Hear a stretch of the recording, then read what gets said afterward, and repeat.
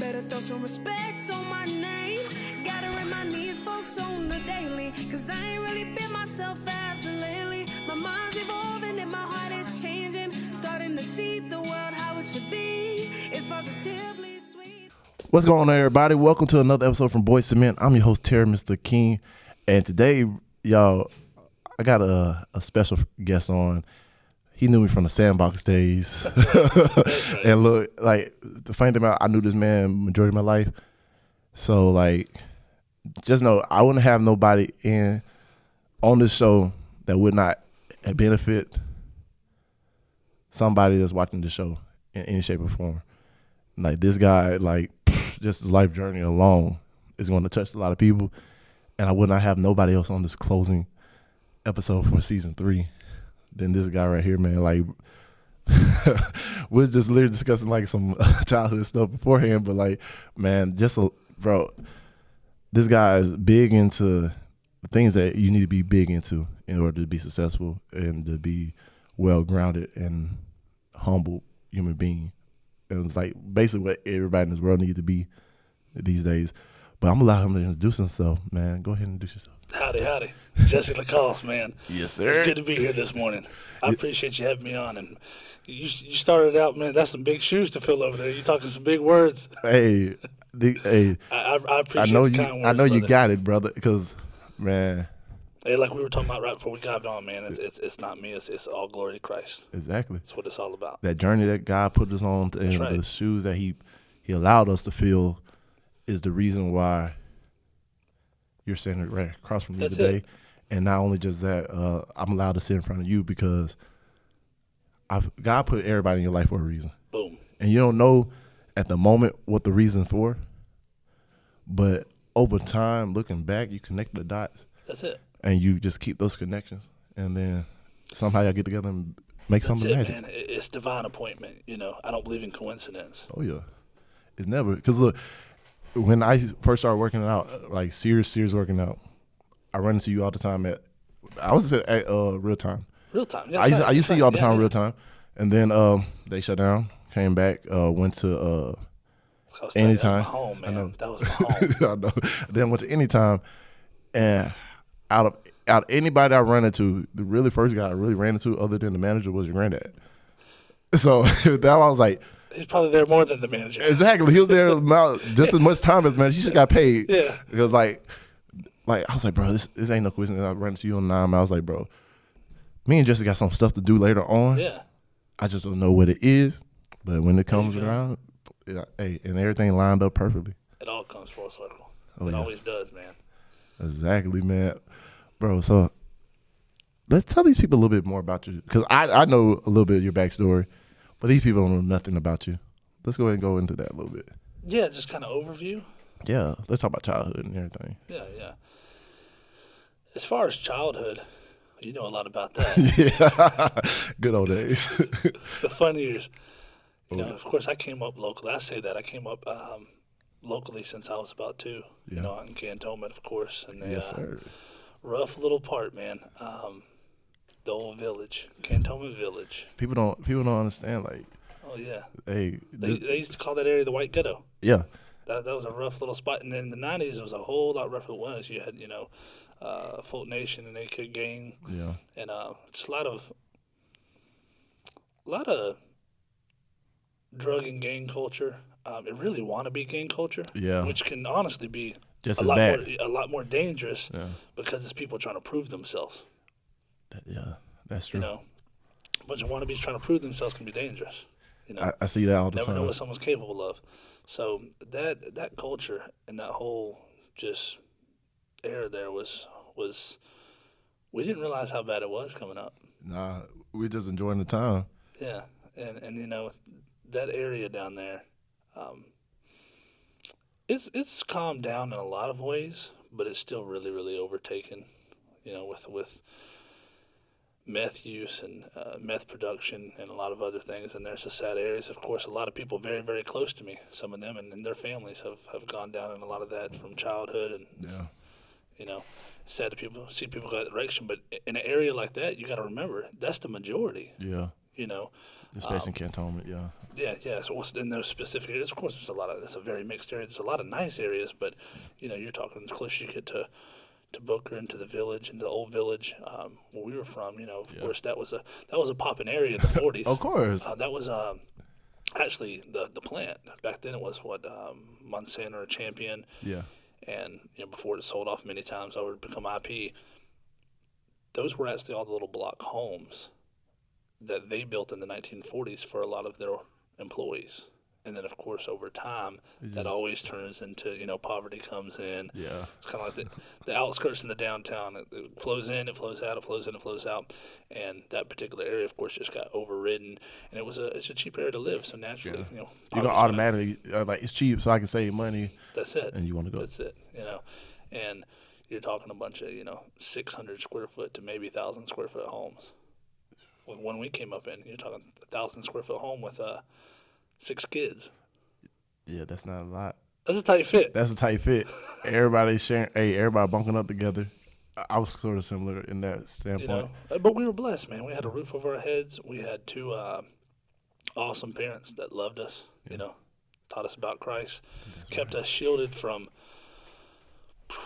at least the majority of that lifestyle out there. You can't help but dig into some of it, the fighting and all of those things that just come with a territory like that. But for the most part, inside those 4 walls, my mom and daddy did a great job of keeping us in a Christ-based atmosphere as much as they could.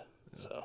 And you realize, like, saying that, I realize how much most of our parents, like, did that for us. They shielded us from, like, the outskirts of what was going on. Because, like, really, I didn't know how bad certain stuff was until I got older. Uh-huh. Then I started paying attention to myself. I was like, dang, I didn't even know this area was that bad. I didn't know this was that. I knew certain things, but it was like. Next door at little Johnny's house, and Daddy was counting right there on the counter. Exactly. like what the. Like, and I was 6. I didn't even know what that was. Exactly. And you think, I was like, damn, how much stuff really our parents blocked. That's like, because if it wasn't for them, think about how worse off we could have been. So at different levels, in life and certain stepping stones and checkpoints I've hit and growth spiritually, I've been able to look back and reference to myself a lot of what you're just hitting on, where it was, wow, I really was protected, or at minimum, it set the right tone from the beginning for my heart and for my mindset. So even when I got lost in some of those things, I come full circle. And it's like Scripture says, raise them up in the way, they're going to come back to it. You. Yes, sir. So when I got older, when I did realize some of these things, and when I hit some of my own downfalls and downspouts and rough times and hurdles, even unrelated to that, I knew where to turn to. It kind of set that base for me. Oh, yeah. So, and I think that's one of the greatest ways that they shield us and protected us. Yeah. Our hearts, our minds. Because, like I said, mind is a terrible thing in the waste, and the renewing of the mind is really important. And like you said, when you go through these downfalls, like, because when I went to jail, and even though I know I was like falsely accused and all this other stuff, I was still in there, and I was like, man, I started blaming. I had to look at myself and blame myself because I had put myself in that situation. But that situation helped me grow in like such a more mature standpoint. Because it took me all the way to me going to jail to actually self-reflect. And then realizing while I was in there, all I did was read. And you know what I read? I read the Bible. I actually read the Bible 3 times while I was in jail for the 3 months I was in there. And then I try to tell you, like, those down moments where you're at your lowest is a part where you can get the most growth in life. It is. And it's such, like, look at that moment, you don't see it, but looking back, you're thankful for those moments because you got to have joy in your sorrow, man. Yes. That's so huge. What you're hitting on there is so huge when it comes to growth. Being able to understand there's a difference between worldly sorrow and godly sorrow. Yeah. Godly sorrow breeds repentance and brings you back around to Christ. Yeah. Transforms your mind And then you start to find joy. Not immediately. Don't feel like it when you're going through it. Of course. It's not fun when you're in the moment. Oh, I was crying like a baby, and it it's hurt. tough, man. In situation to situation, it's tough, man. It's always hard. It's when you look back on it, or when you've been through it a few times at different levels. To that, he's taking you through something new, it's when you're able to look back and be like, all right, I know what you're doing. Yeah. I recognize this again. I know what you're doing. I know there's some resistance here for a reason. There's a blessing on the other side. There's growth on the other side, and you can recognize that as a necessary growth pain. Yeah. Instead of something detrimental to your life. Oh yeah, because that shaped my life for the better. Because it looked like people don't understand negative is just as important as positive, because like the negative things that happen, it builds like that. It's that mustard seed of faith that you got inside of you. That's that soil and help it grow. And then when your light when it blooms, your light just shining so bright, because like this is what this is all about. Because right. I want like, let our light shine and let them know like, it's okay to go through these things, but if you make it through this, on the other side, you're gonna have this whole different mind on how you an outlook on life in general. That's it. And your relationships with the people that are needed to be like the most important people in your relationship. Because before I got in trouble, my relationship with my family and my son and my kids wasn't what it should have been. I was more focused just on me versus focusing on the people that I needed to focus on. And redirecting that priority. It redirected it, so it literally flipped it from what was last became first, and I put myself. So you needed it. I needed it, and I thank God. People even if you felt like this shouldn't be happening to me. I shouldn't go through this. Whatever it stemmed from may not, be applicable, or you may not be at fault for. Yeah. But you still needed it on your journey and on your path. Exactly. I can identify with that so much. Exactly. It's like, man, bro, because when I look back now, that whole situation, like, man, it was like I feel like it was my lowest moment of my whole life, because I felt like I was on this high horse, and it took like, I'm gonna say like, all right, let's say Job. You know how Job, he had everything he thought he wanted and everything he asked for, and then the devil asked like, oh, you got him so protected, at least some of your hinges, I bet he won't praise you. Yeah. And look, I had stepped away from the church a little bit, Like, I still, I believe, but I wasn't like practicing what the words was like saying. You weren't walking with Jesus. I wasn't walking. I wasn't walking with Jesus, and then when that happened, it humbled me, because I realized like everything that I had accomplished was because of him, and this is things I asked him for, opportunities he gave me, and I wasn't giving the praise back to him, and it turned it turned me from it made me feel like I was back as a little kid, and I didn't realize like when you go back and you feel like you're a little kid again, you can find like this purity about yourself. But I had to literally shuffle out all the bullshit that I had in my system and in my life. And if it wasn't for that moment and that situation, like, it's funny you describe it like that, man, because I know exactly what you're talking about. Yeah. And that's probably why you saw me focus in there. It took me back to some of my own growth in situations and hurdles, and I think that's the only way that we're able to come back in union with God, obviously through Christ alone, but as far as turning our hearts and then kind of humbling ourselves back to Him, is to get to that point where we're almost in that childlike state again. Yeah.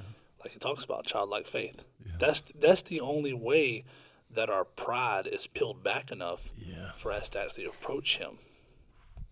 What? Ooh, you said that. Because like until recently, I realized like I was a real prideful person, and learning how to swallow my pride and understand like, I don't have to be this prideful to get stuff done and to work with people, because pride is just going to hinder me and my growth versus helping the masses. That's it. The pride, when you can picture, like I said, when most people get themselves out of the way, the blessing can actually come to them in the way it's supposed to come to them. That's right, man. And mentioning pride, like we say, going back to the word, it's the original sin. Yeah. That's what keeps us separated from him all along. Exactly. And it builds from childhood. Speaking on childhood and kind of going back to some of those things on that subject, that's what that creates. That's what that atmosphere creates. It's like me, growing up in those times. You remember from those days, and people meet me nowadays walking with Jesus, and they get a whole different Jesse. But that was I was known for fighting. Of course, that's all I did every day. I trust me. Home, school, bus, everywhere I went. Parties for real. I used to hear I went to Josh Banks' party right when we got out of high school. They was like, "Yo, Jesse about to kick somebody's ass outside." I said, "What?" Yeah. Not proud of those days, man. But it's what that atmosphere created. You put someone, when I don't mean this in a boastful way, but you put someone with natural abilities in a atmosphere like I grew up in. Not even in those days. That's when it was already formed, and I was deep down that path. Yeah. But even from true, boyhood and childhood, elementary, middle school, junior high levels. Into that sort of neighborhood, and that's all Hey, I've got to fight every single day to protect yourself. That's it. So then you go into a public school, or kids. You get a little older into junior high, and you're mixing with kids of different areas and different backgrounds mixing in, and they don't get it. Yeah. Because they don't understand that mindset, and really at that age you don't. You don't get it yourself. You just think that's normal, and that's how everyone is. That's how you came up. That's how you shaped and molded into that person by your surroundings. And you haven't expounded your mind enough to be able to recognize that in the first place, and then break free of it. So that only forms into later years through junior high, through high school, through post high school, and to a point where you're 14, 16, 18. And at the drop of a hat, you're a violent person. You're angry, and and even when you're not, you feel like you have to be, or at least show that persona. Yeah. Hey, this is the way that I got to handle this, or they're not going to respect me. They're not going to do this. And then when you see, even when you're in the situation where you do legitimately have to, say you're still back in that environment on a daily and weekly basis, you're put into a position where you do have to do that. Yeah. And it becomes a survival tactic, especially when you have a situation where you understand and realize you've been given a natural ability or talent at this. Hey, I'm good at this. Well, going forward, that's how I'm going to start to solve all my problems. Yeah. It worked. It worked that time. It worked over and over and over and over and over. So naturally, when you get out of that environment, it's hard to adapt and stay away from it. And not just fighting, not just violence, but a lot of the ideologies that come along with that. It provides a lot of that same pride. Yeah. I'm the biggest. I'm the baddest. And I'll tell you what, that's, man, coming up. And close buddies of mine would laugh. Anyone who was around me during that era, whether school buddies, especially from the neighborhood and all. Daniel, you'll see this is one of them. Man, he kept me he kept me out of a lot of trouble, and that was we still joke about it from time to time today. Just looking back at how foolish I was in those times, I should have gotten a whole lot more trouble, and it really a lot of it came down to one statement. I'll whoop anybody in the room. When you hear something like that and that pride is set in your heart, anybody. Oh, you calling me out? Because I'm anybody. Because I'm in the room. You feel like they're talking to you, and it's so silly now. Yeah. We can look back and see it's so silly now. It's so self-centered, so prideful. That person I'm not even on their radar. Yeah. But in that mindset, coming from that culture, coming from a survival tactic that you have ingrained in your mind, you feel like you have to. Yeah, because you feel like they're talking to you. It's barbaric. It's primal. It's hey, you challenged me. Yeah. I was a part of the challenge. I'm on the other end of that bargain, and now you have to prove it. And it's it sounds funny looking back at it now, but when you grow, you can see it for what it is. And I realized how much hatred, how much pain, how much trouble, how much trauma that caused in my life and in my childhood that was so avoidable. Not to mention, we came up in an era of zero tolerance. Oh yeah, got my ass beat so many times. It's ridiculous. Like I think I got permanent whip marks on my back, and people don't believe me, but yeah, my mom kicked my ass. Well, and see, even not just from a household level, but from a School level. school Yeah. and correctional and lawful, legal, that error, I think it was really detrimental to a lot of kids. Yeah. They didn't take any time to understand kids. They didn't take any time to None. fix anything. It was all Band-Aid and it was all cold turkey. So Yeah. you had no adaptation there.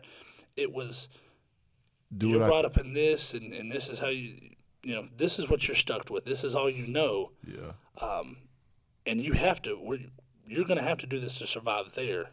But when you come in here, you don't know the intention of these other people, adults, children, whatever the case may be. And should you touch anyone, automatic. Yeah. If you're defending yourself, doesn't matter. Automatic. Yeah. You're defending a sibling, doesn't matter. Automatic. And you're turning good children, Yeah. good-hearted children with the wrong mindset or maybe thrown into the wrong position, and you're making them criminals Yeah. at an elementary, junior high, high school age. Oh yeah, I remember Miss Elton actually did that a couple times to a couple kids in our class. Yeah. And like, man, it's like you said, it's crazy looking back at it now because like we did come up in the zero tolerance era. Yeah. Because I look at like schools, like our parents could pop up at any time. If we got in trouble at school, they'll call our parents. We get a whooping. We can't even explain ourselves and everything else. So we like, Mom, this did not even happen. It didn't happen like that. No, they ain't hear that. They took you to the bathroom, whooped your ass, brought you back to class. You had to go on about your day. Same thing with church. Like, oh, you up there talking or you sleep, you getting popped in the back of your head, and it's mandatory. You gotta go.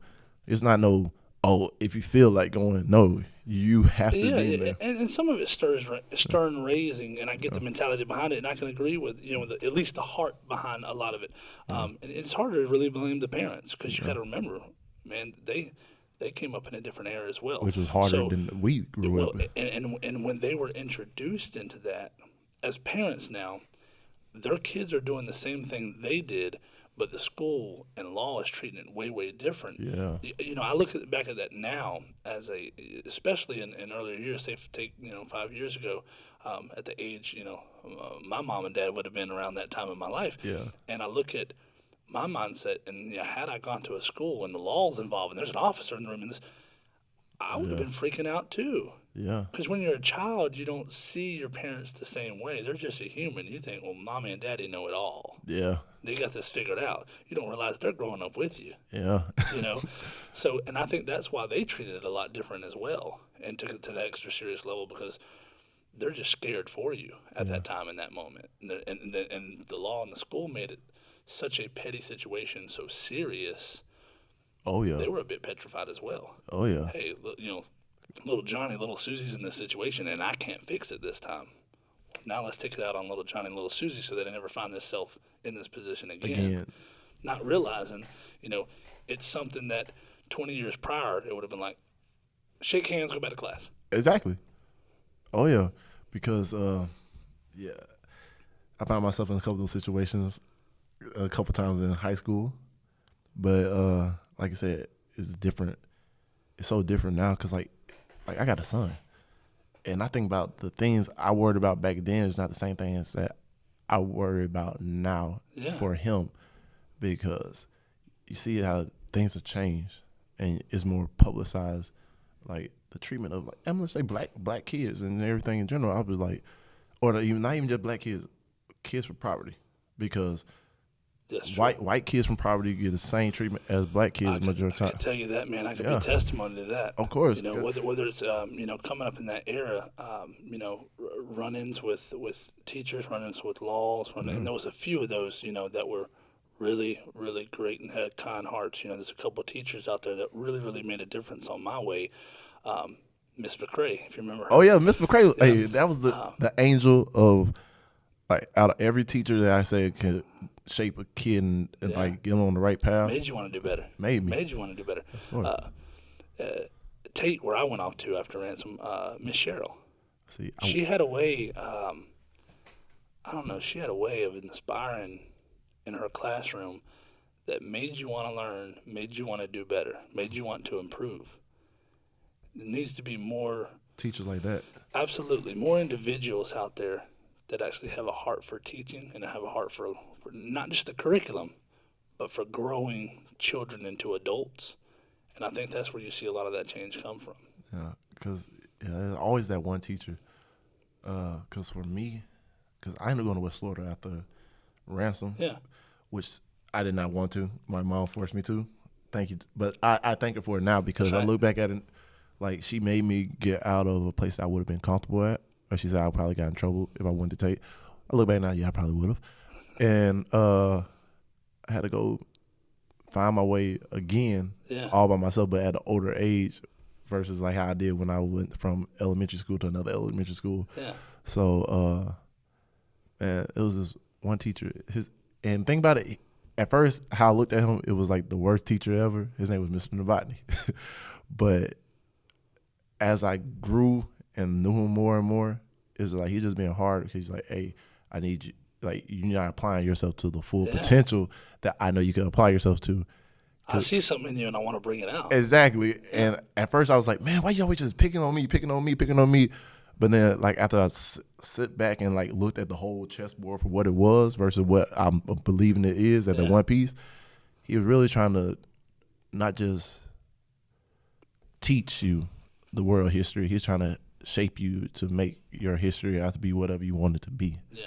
And if Mr. Ryder, you watching this one day, yo, thank you again because there you go. You pushed me. That's right. Yeah. Hey, shout out to the people that make an impact in our lives. Exactly. And like you said, I wish there were more teachers like that.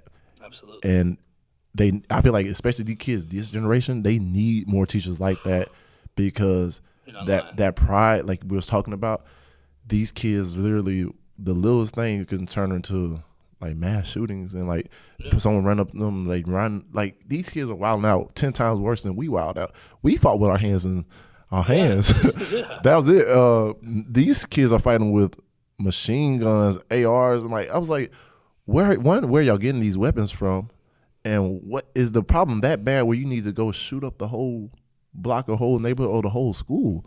It's a heart problem. It's a heart exactly. It's a heart problem. Yeah. Well, I mean, you can't strip morality. You can't strip God from the school. Yeah. And then wonder why people aren't acting godly. Oh, hey, because we did used to. They did take that away. You just said something there because I remember when they did that because it happened when we was in school when they started taking stuff away from. The world's going to act like the world, man. Yeah. And that's not just from a school perspective. You see it in politics. You see it everywhere you look. You look at social media, wars, everywhere, media. Yeah. People get so shocked about the state that we're in right now. And in some ways, like, don't get me wrong, it's like, as a human, wow, that's crazy, that's terrible, that's this, that's that. But I don't know, man. I just have this, I guess, realization the more and more I grow to Christ and more I dig into the Word of I expect that, I anticipate that. Like I said, the world's going to act like the world. Yes. Why are we shocked by that? I'm not. That's like even what's going on right now. Like when I look at it like from a military standpoint, but I just look at a worldly standpoint. I was like, y'all can't get mad at Russia. They're just doing what every other place done. They're growing. They're trying to expand to become a bigger spot than what they really are. It's funny you make that point. It's funny that you make that point that way because I can totally appreciate the way that you formulated that thought. I think it's relevant even to our own home nation. You know, here in the U.S., I think even with a lot of our own issues, whether that be, current issues, history, certain terrible things that we're guilty of in the past, a lot of people really, really zoom in to that being an American issue. And it's not. It's not. Let's point out, if we're talking about, current issues, whether it's refugees, whether that's, border status, whether that's yeah. some of the histories. Let's point out elephants in the room. Yeah. Let's look at slavery. Let's Yeah. look at, some of the different, horrible parts of American history. But people do the same thing. They dive in like it's an American issue. No, it's a hard issue and it's a world issue. And it's something that's as old as time. Yes. And it's happened in almost every civilization since the beginning of man. Exactly. In some places it still is. But we penalize the U.S. like they're the only ones. And don't get me wrong. Oh, no, it's not an issue that you want to try to justify or no one wants to stand on that hill. Yeah. But I think looking at it from an objective point of view, Yeah. why are we hanging ourselves for this and not using it to catapult ourselves forward and grow and heal? Exactly. Because look, and realize, so here's the beauty of it, and really, really take what I'm saying in terms of face value here, because it is not a downplay on the severity. Oh yeah. At all. Oh yeah.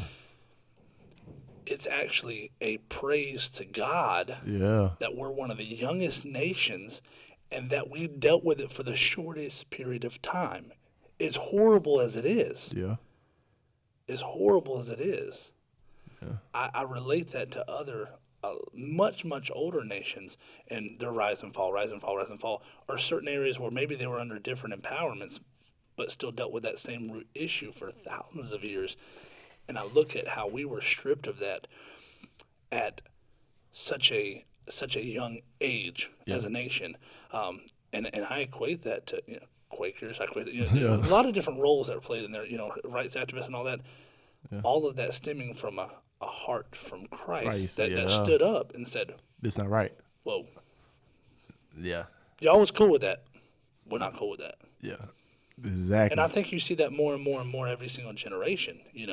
You look at even from grandparents, great-grandparents, and I think a lot of them don't even realize. It's kind of like what we were just talking about with childhood. It's not a victim mentality because you overcame it. Yes. It equates to every part of life. You look at even adults, they're just grown children. Yeah. It's some of the same struggles. It really is. And they have something ingrained in their minds. And they have to be broken from that. Hey, this is wrong. And I don't mean just labor. I don't mean just racial issues, but I think it applies to anything. That should have to be a great example. Yeah. And every generation is further and further and further removed from that, if they're rooted in that belief in Christ and morality. Yes, because one thing I applaud Germany for, because I have a friend from Germany. They said every year until they graduate, they're forced to visit where the Holocaust is at, because they try to make sure they talk about it. It's like, so this will never happen again. So it's like, this is how bad it could have got. This is one type of person to cultural person.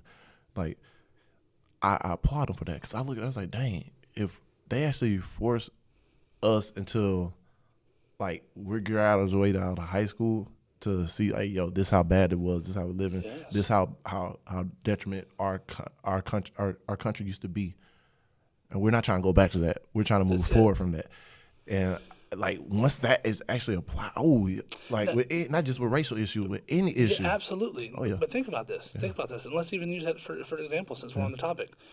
Yeah. When we were in school, you had a lot of that. We did learn about that. They took all that out. They took all that out. National issues, world issues, all of it. It's slowly being torn away. We have people tearing down statues around the nation, wanting to remove history, in the name of growth. Yeah. I don't think that equates to growth.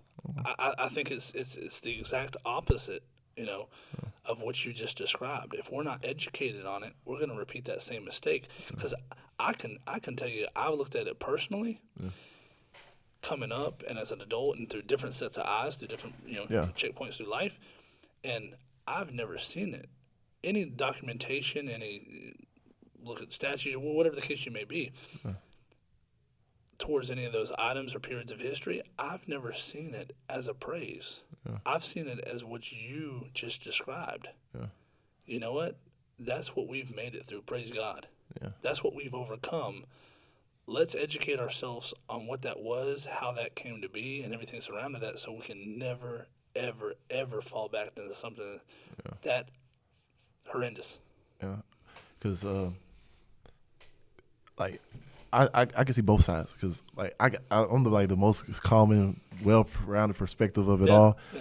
Because like exactly what you said, like it's depending on how people look at it, and like a lot of people, I see them looking at it in the way where, how I put it, it's like they're in a fight or flight situation, and they want this world to be shaped in their viewpoint, but there's not just one person in this world. And that can be dangerous. And that can be dangerous. That's dangerous. I say it's got to be a more well balanced outlook on this world and everything. Yeah. And a lot of it being so agenda based, though. You know, kind of describing some of the things you just some of the same things that you just mentioned.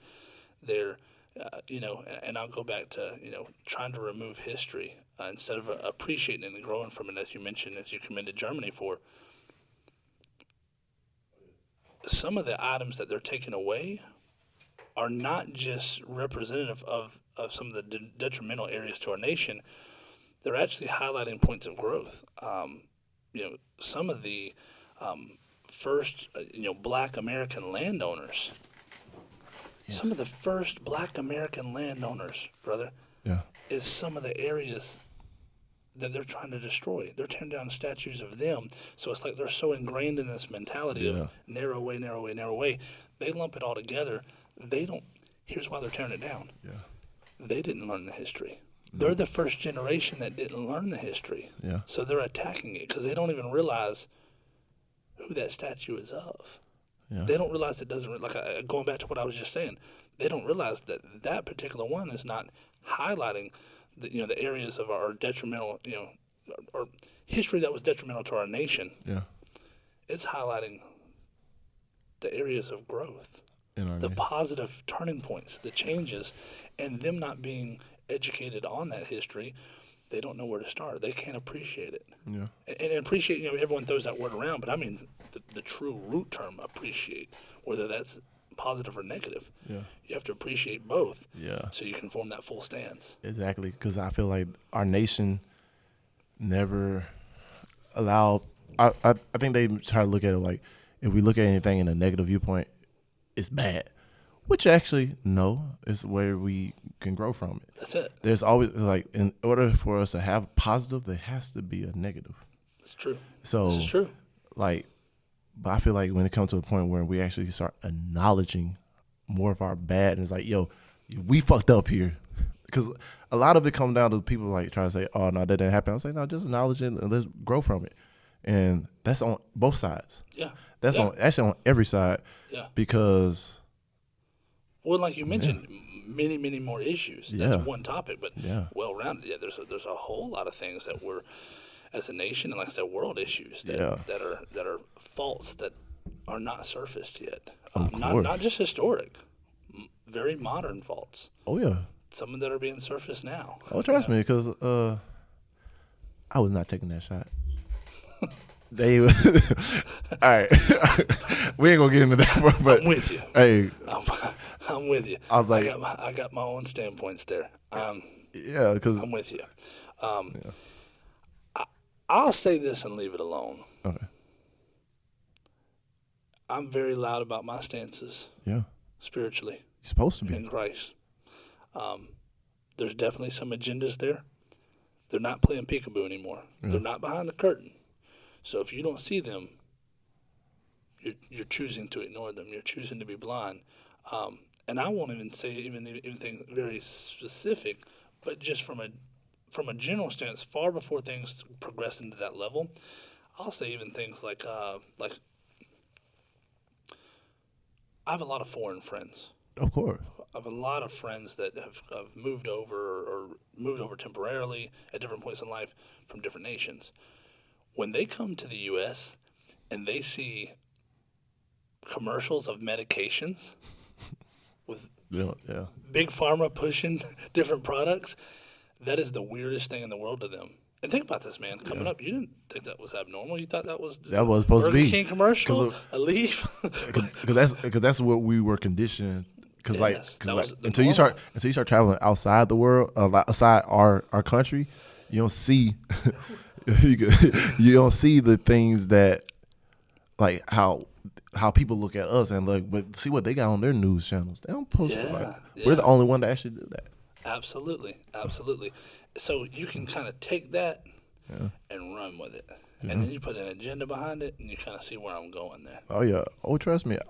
I see exactly where you're going, and I agree with where you're going because, like, this is my major. My major is actually communication, telecommunication, like broadcast and media and everything. So you start paying attention to different things. You see how they try to push a certain agenda to a certain, even to certain groups of people. Because I was on the listening to the radio one time, and this is always talking about these so-called shots and stuff or everything else too. I changed to a different radio station. I ain't hear a damn commercial about it. I was like, so fuck, you tell me you posting, it's like nonstop on this one, but it's not. I was like, well, kind of building on what I was just talking about, just from overall, even from 10, 20 years removed from them being allowed to do that. Yeah. In a lot of nations, that's actually illegal. Yeah. You can't do that.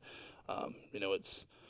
You go. Here's this medication. Come get it like candy. You need this. Of course. So roll that into what you were just describing with the shots. Anytime the government trying to force something, you're the test dummy. Well, not just that, but almost in the spirit of or in the name at least of helping. There's a whole lot of other things you could have helped with all along. Of course.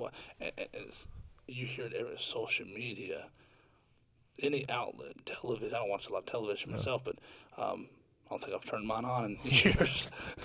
Just got it just for looks. Well, hey man, I'm not real big into entertainment from a perspective, unless it's something to do educational or growth or something that aspect. Oh yeah. I'm really, really not. I call it zombie brain. Yep. I don't like to do anything. Don't get me wrong.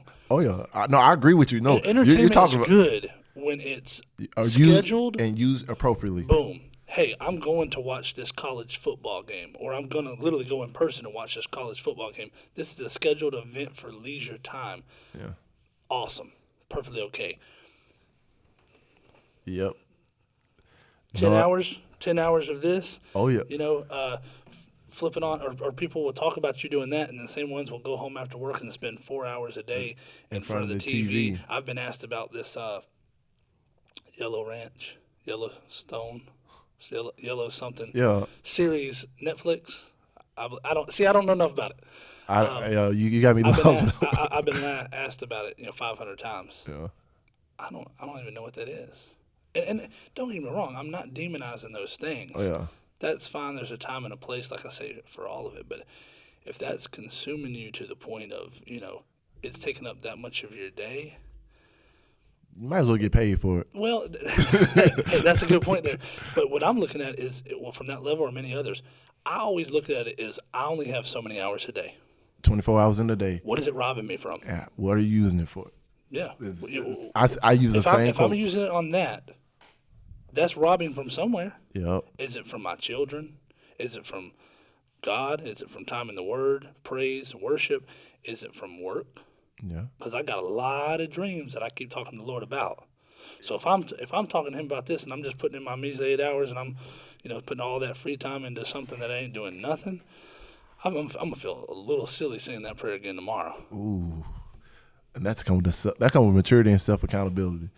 But no, you touched on a part right there. You start talking about family, because like, all right, you're a father and family. I know that's a big part of you, and they shaped you to like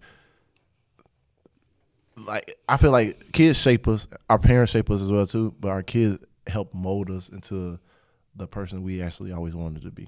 Yeah, because they think we're the superhero. That's it. We're the Superman. That's it. Yeah. I feel like God uses them in a lot of ways, and He shows His own love for us through our love for them. Yeah. I can't tell you how many times that I've been in prayer or felt that, that distant, eerie feeling, even if it was just in your mind, and it wasn't legitimate at all, and then turn around to my babies and know my unconditional love for them, and know that was literally, that was just a foreshadowing, that was more so just a mirror image of a much lesser mirror image of His love for me. And it's like, bam, it clicked. Yeah. It clicked. why am I so worried about that, Lord? If I love them this much and I'm a flawed earthly father, Yeah. you're perfect. You're most high. And you call me your child when I didn't deserve it. You adopted me into your kingdom. So how much more do you love me? Exactly. And I'm worried about the petty. I'm worried about little religious-minded things when you're talking about something far greater and above anything that I'm talking about. Exactly. You know, and you talk about going into family, man. I think a lot of what helped me realize that, and the actual appreciation for it, what goes back to childhood. It's funny how all that blends together. Yeah. Yes, there were some of the, and we highlighted on some of the extreme negatives there. That's all there was. But one thing that I did have was family. I mentioned being a one of six, and mom and dad still in the house, and that's a rarity. My daddy passed away when I was really young. Yeah. But yeah, having six of us, same mom and daddy, and growing up in the same house, especially in a neighborhood like that, I had friends that envied me and that shared that as in childhood and shared that when we were grown, of you guys being together as a family, having mom and dad in the same household in a happy marriage, and rooting you on Christ like that. I didn't know how blessed I was. Yeah, I really didn't know how blessed I was. Rare. And it really gave me appreciation that I didn't even realize I had until I was older. And removed from that for family, for marriage, for a household centered around God. And you grow up with these built-in friends. Oh, yeah. And it's funny, I see, or I guess have seen, not each and every family, but family drama and this and that. So-and-so doesn't talk to so-and-so anymore and this and that. And I can't get that.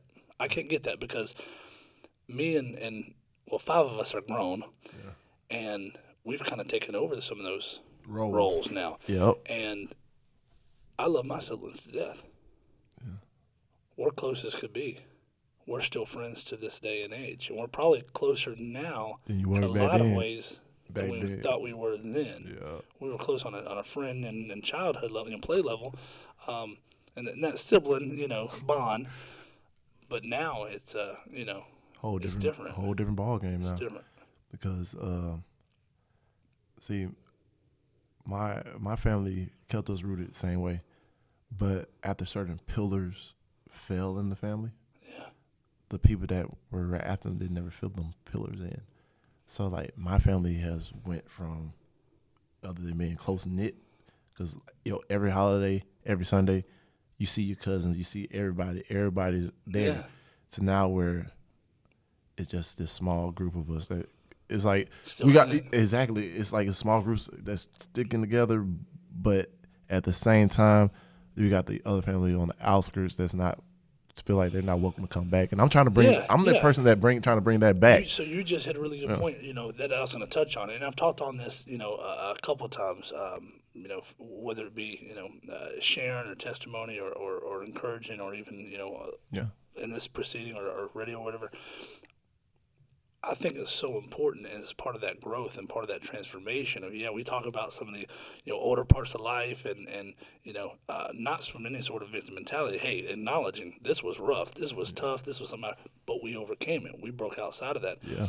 And then in later parts of life, part of that growth that I think our generation misses a lot. Not just people that have overcome anything.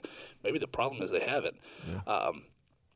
You see a lack of that. You don't see as large of family gatherings, Thanksgiving dinners, Thanksgiving lunches. It's a different Christmas. It's a different feel. It's a different spirit. And don't get me wrong. I understand that the Christmas magic that's just a part of growing up. And you realize mommy and daddy were the Christmas magic. Of course, that I get that, but this is removed from that. This is in the spirit of family and communion and fellowship and bringing everyone together. It's like there's not in my family, but. And not even just our community, but everyone. Overall, even digging into some of the same things as a nation, it's you see it even in TV shows, movies, social media, and all those things. Anything highlighted, that family dynamic is much, much different now. It's changed so much. It has, and I think so. Bringing me back around, full circle to my point there, is our generation lacks that. It's our duty. It's our job. Look. I'm just gonna put it out there. If you're 25 or anywhere close to that and above, you're 25 to 30, and you ain't hosting Thanksgiving, if you ain't giving the grandparents, the aunts, the uncles, the great aunts and uncles a little break, we got a little problem. You gonna have to you gonna have to pull them pants up, pull them breeches up, tighten that belt, lift up, and slip your shoes on. You know. I think when I say our generation lacks, that's what I'm seeing. It's like they're still falling into some of those same childhood roles, not realizing, baby, it's time to pass the torch. Yeah, and then sometimes it's also you got to force them to pass the torch too, because like with my family, there's a lot of strong-minded women. That's part of it. That's a part of it. Hey, so like I think it was last what holiday was it? I think it was Christmas or New Year's. Like Mama. I'm the one. I'm the one to cook now. I'm the one to do the. Like if I'm on a grill, if it's grilling or something, I'm the one grilling now. Yeah. But when it come down to it, I'd be like, yo, I'll cook this, I'll cook that. They're like, nah. This she always do. I was like, man, she ain't gonna be here forever. So you might as well let me go ahead and start doing certain things. Cause like certain people have started taking over certain different dishes. She been doing it 40 years. Mm-hmm. Let her show up and eat. Exactly. Some sweet tea and go home. And let her sit down. Let her complain a little bit. I know she's gonna complain because it ain't hers. Like especially when it comes to potato salad, because my aunt Gloria, she's the only one to make the potato salad, or that we allowed to make the potato salad. And I ask every time I come in there, I'm like, who made a potato salad? I'm not touching it if someone. So I understand certain stereotypes when it comes to like some of those key roles. Yeah. But I'm like, all right, you teaching me exactly how much you did for this, and we can get it cracking. We can make something better. That's right. We can still keep tradition, but pass that trend, like you said. Yeah, pass the that torch. Tradition, pass that torch. Pass that recipe down. Because I want to bring it back to like Sunday dinners and stuff. Because my family was like big on that, and like ever since my great grandma and her sisters and her brother died, it literally like it displaced my family. Like they try to keep it going, but they couldn't do it. Yeah. And sometimes I feel like sometimes it may not be that generation right after them that can bring that back, but it might have to be the generation after the generation. Yes. And like really, well, that generation misses it. Yeah. We didn't get to experience it. We want that. Yeah. So like now I'm getting to the point where like I'm in contact with like my family, my cousins and everything that I know they're still around here that don't be coming up there a lot.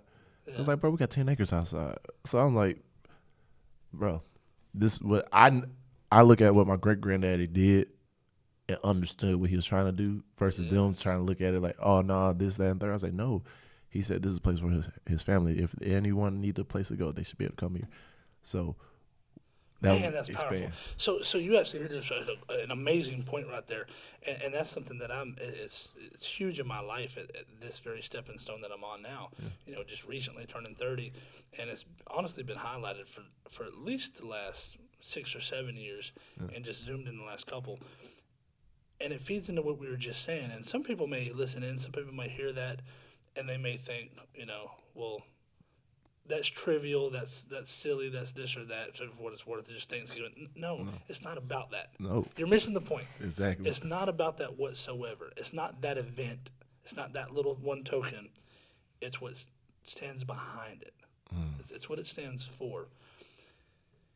It is that taking over. It is that lead charge that you take in your heart and mentally to drive the whole family forward as a generation.